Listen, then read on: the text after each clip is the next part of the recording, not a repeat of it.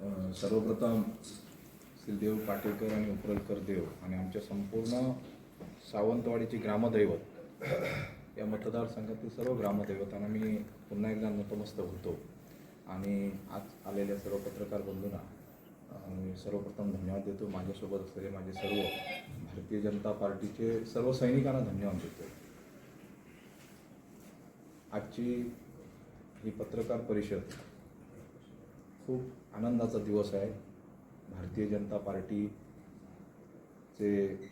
देशाचे आमचे पंतप्रधान, सर्वांचे लाडके पंतप्रधान नरेंद्रभाई मोदी साहेब, महाराष्ट्र राज्याचे लाडके मुख्यमंत्री देवाभाऊ, विशेष म्हणजे ज्यांच्यामुळे आम्ही हा विजय संपादन करू शकलो ते सर्वांचे आमचे लाडके, या कोकणचे सुपुत्र, ज्यांचं प्रेम आमच्यावर सर्वांवर आहे, असे आमचे या महाराष्ट्र राज्याचे प्रदेश अध्यक्ष रवींद्रजी चव्हाण साहेबांना मी नतमस्तक आणि नमस्कार करतो.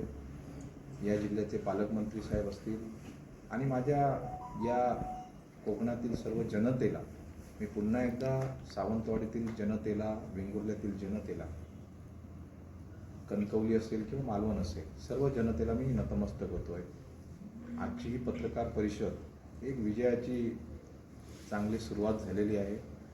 मागच्या वर्षी ह्या टाईमला ऑक्टोबर, नोव्हेंबर, डिसेंबरच्या दरम्यान विधानसभेचं इलेक्शन होतं. त्याच्यानंतर एक वर्षाने पुन्हा एकदा नगरपालिकेच्या निमित्ताने आज एक इलेक्शन झालं आणि त्याचा रिझल्ट झाला. सर्वप्रथम मी धन्यवाद मानतो आमच्या महाराष्ट्र राज्याचे मुख्यमंत्री साहेबांचं, देवाभाऊंचं, आणि विशेष म्हणजे प्रदेश अध्यक्ष रवींद्रजी चव्हाण साहेबांचं. विशेष अभिनंदन का करतो तर प्रदेश अध्यक्ष चव्हाण साहेब झाल्यानंतर मला वाटतं 250पेक्षा 300पर्यंतचा आता रिझल्ट अजूनसुद्धा काही ठिकाणी चालू आहे. 300पर्यंत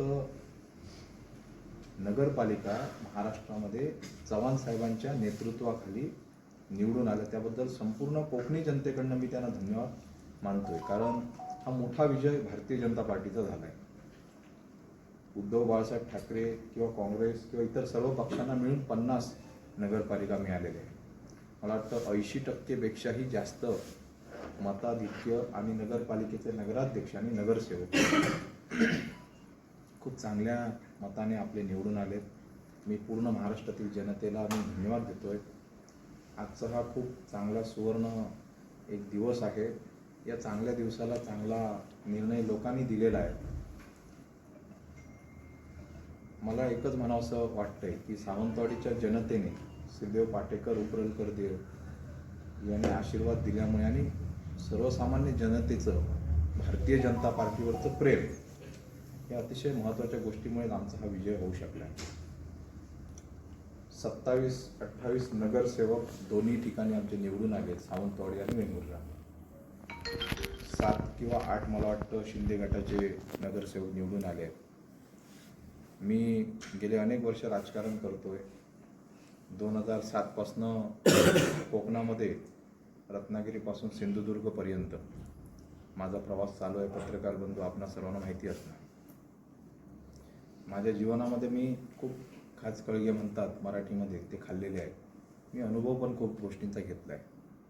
मी पहिल्या दिवसापासून आजपर्यंत कायमस्वरूपी मी सांगत आलो आहे की राजकारण करत असताना आपण टीका-टिप्पणी समोरच्याने केली तर ती आपण टाळली पाहिजे.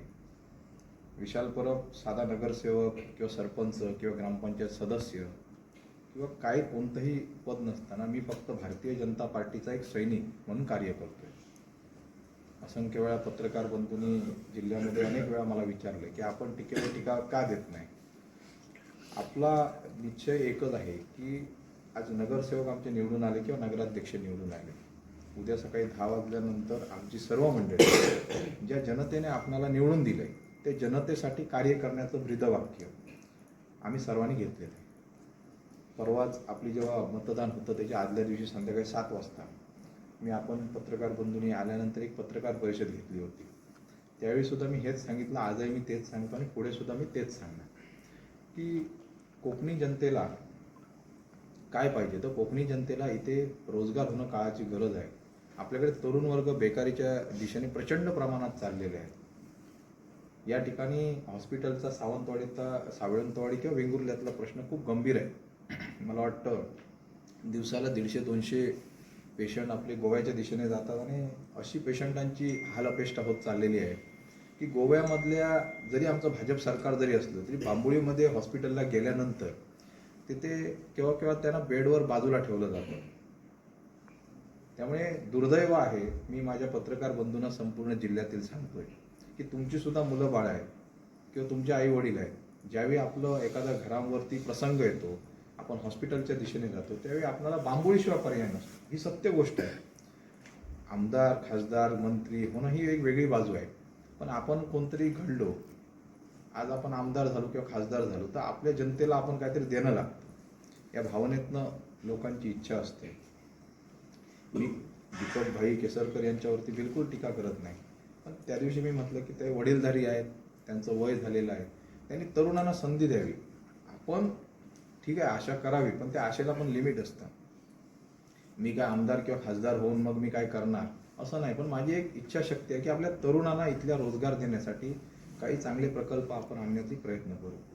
आणि आज या ठिकाणी सावंतवाडीच्या जनतेने दाखवून दिलंय की 1 वर्षापूर्वी काय होतं आणि 1 वर्षानंतर काय झालं. आज रवींद्र चव्हाण साहेब किंवा देवाभाऊ नसते तर या ठिकाणी आमदार केसरकर झाले नसते. ही सत्य गोष्ट आहे, हे मी सांगायची गरज नाही, आजच्या हे रिझल्टमधनं दिसत आहे. त्यामुळे महाराष्ट्रातील मोठ्या मोठ्या कंपन्या आणण्याची ताकद त्यांच्यामध्ये होती. कॅबिनेट मंत्री होते, त्यानंतर मला वाटतं राज्यमंत्री होते. आणण्याचा प्रयत्न केल्यानंतर कुठलीही गोष्ट अशक्य नसते, शक्य असते. सावंतवाडी हे गोव्याला लागून असलेला एक प्रदेश आहे. आपल्या सावंतवाडी किंवा वेंगुर्ल्यामध्ये एकतरी प्रकल्प 20 वर्षात झाला आहे का? ठीक आहे, प्रकल्प नाही झाला ठीक आहे, परंतु आणण्याचा प्रयत्न पण होत नाही आहे.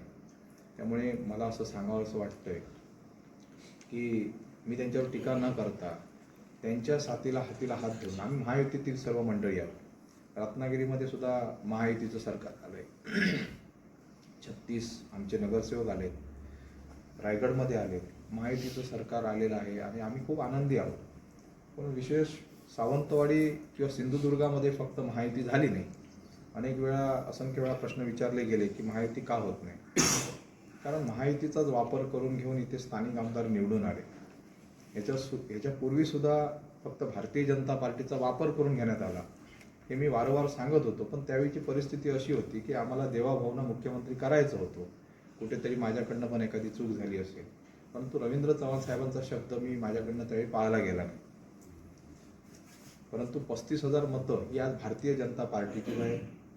त्याच्याबरोबर आज जर भविष्यातील जर इलेक्शन आज जर लागलं असतं तर 1,20,000च्या आसपास भारतीय जनता पार्टीचं 1,70,000 पैकी मतदान हे भारतीय जनता पार्टीचंच असणार आहे. वेंगुर्ल्यामध्ये 20 किंवा 21 पैकी 17 नगरसेवक हे भारतीय जनता पार्टीचे निवडून आलेले आहेत. त्यामुळे मला एकच आपल्या सर्व पत्रकार बंधूंना सांगायचं वाटतं, संपूर्ण सिंधुदुर्गाचा अभ्यास केल्यानंतर 2007 पासून 2024-25 पर्यंत मी स्वतः कंटिन्यू पराभव पाहत आलेलो आहे. मी स्वतः 2014चा पराभव राणेसाहेब खासदार असताना माझ्याकडे मानगाव खोरं कुडाळ तालुका मी स्वतः हँडल करत होतो. मी खासदारकीचं पण अपयश पाहिलेलं आहे. त्यामुळे मी काय बोलण्यापेक्षा सिंधुदुर्गातील जनतेला माहिती आहे की विशाल परबने कोणाकोणासाठी काय काय केलं आहे. प्रत्येक व्यक्तीला माहिती आहे, मी बोलायची गरज नाही. त्यामुळे मला मानणारा जो ग्रुप आहे, भारतीय जनता पार्टीला मानणारा ग्रुप आहे सिंधुदुर्ग जिल्ह्यामध्ये. त्यामुळे माझं एकच विनंती आहे, टीका टिप्पणी समोरच्या मंडळींना मी आजही सांगतो, करण्यापेक्षा तुम्ही आणि आम्ही एकत्र येऊन या सावंतवाडी विधानसभेमध्ये म्हणा किंवा जिल्ह्यामध्ये चांगले चांगले प्रकल्प प्रोजेक्ट आपण आणूया. घाटमाथ्यावरती जे चालतंय की सगळे पक्ष विकासासाठी एकत्र येतात. आपण चंदगडमध्ये गेलात तर अपक्ष आमदार शिवाजी पाटील निवडून आले. डेव्हलपमेंट ह्या एका विषयावरती ते निवडून आले. त्याच्यानंतर विशाल पाटील हे खासदार निवडून आले काँग्रेसचे, ते फक्त डेव्हलपमेंटवरती निवडून आले. मग माझा मुद्दा, कोकणातील जनतेने जर ठरवलं तर येणाऱ्या काळामध्ये सगळे बदल करण्याची ताकद फक्त भारतीय जनता पार्टीमध्ये आहे.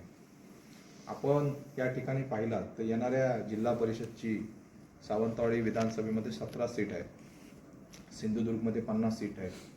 त्यामुळे मला एक पूर्ण खात्री आहे, 17 पैकी 17 जिल्हा परिषद सदस्य आणि पंचायत समिती 34 सदस्य निवडून आणण्याची ताकद आमच्या भारतीय जनता पार्टीच्या सर्व नेत्यांमध्ये आणि तळागाळातील कार्यकर्त्यांमध्ये आहे. जिल्हा परिषदचा अध्यक्ष हा सुद्धा भारतीय जनता पार्टीचाच होणार आहे. आपला प्रश्न पत्रकार बंधूंचा कायम एकच असणार आहे की महायुती होणार की नाही.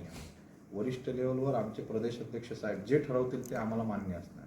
परंतु सिंधुदुर्ग जिल्ह्यात पुन्हा एकदा भारतीय जनता पार्टीची ताकद आहे हे आपण अनेक वेळा पाहिलेलं आहे. ज्यावेळी राणेसाहेब उभे होते त्यावेळी सुद्धा आम्ही भारतीय जनता पार्टीचेच खासदार निवडून आले. दीपकभाई केसरकर उभे राहिले त्यावेळी भारतीय जनता पार्टीने सपोर्ट केला म्हणून ते आमदार झाले. आणि त्या ठिकाणी मी उभा राहिलो असतं तर कोण आमदार झालं असतं आपल्याला सर्वांना माहिती आहे. त्यामुळे कोण आमदार खासदार होण्यापेक्षा कोण मंत्रालयातनं निधी आपल्या कोकणासाठी आणू शकतो, प्रायव्हेट निधी आणू शकतो, इथे प्रकल्प प्रोजेक्ट आणि हॉस्पिटलसारखे चांगले उद्योग आणू शकतो हे महत्त्वाचं आहे. आपण टीका टिप्पणीवर भर न देता लोकांच्या डेव्हलपमेंटवरती सावंतवाडी आणि वेंगुर्ला पुढील 5 वर्षात एक मॉडेल असेल. आमचा कोणताही नगरसेवक हा चुकीचं काम करणार नाही याची पूर्ण जबाबदारी मी, माझे पक्ष, आमचे प्रदेश अध्यक्ष साहेब, आमची सर्व जुनी जाणती मंडळी आहेत ती सर्व मंडळी आम्ही घेणार आहोत. त्यामुळे आपल्या पत्रकार बंधूंना मी आजचा सल्ला आणि त्यांचा सल्ला मला पण ऐकायचा आहे, कारण त्यांचे असंख्य प्रश्न इलेक्शनच्या पिरियडमध्ये मला होते. त्यांनी कोणताही प्रश्न आज मला विचारावा त्या प्रत्येक प्रश्नाचं उत्तर हे माझ्याकडनं देण्यात येईल. केसरकरांनी तुमच्यावर केलेल्या टीकेला आज हे उत्तर आहे का? नाही, मी माझ्या कोणत्याही प्रेसमध्ये उत्तर हे केव्हा दिलेलं नाही. मी प्रेमाचा सल्ला देतो. मी त्यांनी जे बोलतात त्या गोष्टीवरती प्रेमाने बोलतोय की बाबा हे असं करूया नको असं करूया. आपण 25 वर्ष आमदार होता, 20 वर्ष आमदार होता, 20 वर्षात आपण एक मूलभूत 20 गोष्टी आपण दिल्या का? सावंतवाडीमध्ये या ठिकाणी आपण असंख्य प्रश्न आहेत, आपण एक तरी प्रश्न सोडवला आहे का? त्यामुळे मी पुन्हा एकदा मागच्या प्रेसमध्ये सांगितलं की आमदार झाल्यानंतर आपले आमदार बॅग घेऊन मुंबईला जातात, नंतर ते दिसत नाही. आज नगरपालिकेचं इलेक्शन झालं, नगरपालिकेचं इलेक्शन झाल्यानंतर स्थानिक आमदार आपल्या ठिकाणी आहेत का? ज्वलंत प्रश्न आपले आहेत. विशाल परब इथेच आहेत, सिंधुदुर्गातच आहे आणि याच ठिकाणी आहे. त्यामुळे माझं एक म्हणणं आहे की भाईंवर टीका करण्या एवढा मी मोठा नाही. ते खूप मोठे नेते आहेत. आम्ही लहान असल्यापासून त्यांना बघतो. त्यांना आम्ही पवार साहेबांकडे सुद्धा पाहिलं आहे, त्यांना उद्धवजी ठाकरे साहेबांबरोबर पाहिलं आहे, सगळीकडे आम्ही त्यांना पाहिलं.